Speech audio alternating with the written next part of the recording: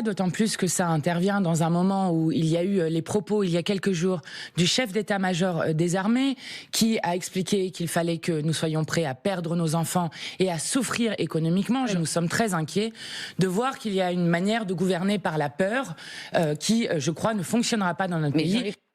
Est-ce qu'on joue avec nos peurs ? Alors d'abord, je pense que Mathilde Panot devrait peut-être regarder les 30 minutes du chef d'état-major des armées, parce que ce n'est pas les 8 mots qui sont comme vraiment sortis de leur contexte, qui doivent être instrumentalisés pour des raisons politiciennes.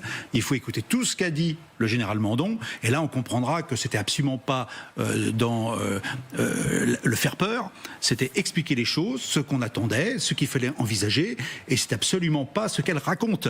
Là nous sommes dans la désinformation classique de LFI, de l'extrême gauche qui est antimilitariste par principe, et qui finalement nuit à l'idée de nation.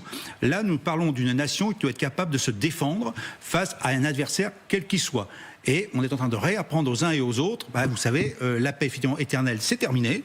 Il va falloir se préparer non pas au pire, mais à des éventualités. Et d'ailleurs, tous les discours... Et le président de la République l'a dit d'ailleurs, on n'est pas là pour faire peur, il n'a pas dit exactement comme ça. Mais oui, c'est ça, il n'est pas là pour jouer avec les peurs et paniquer. Et après, le rôle de l'État, n'oublions pas que le rôle de l'État, et donc de son exécutif, c'est de protéger la nation, sa population et son territoire.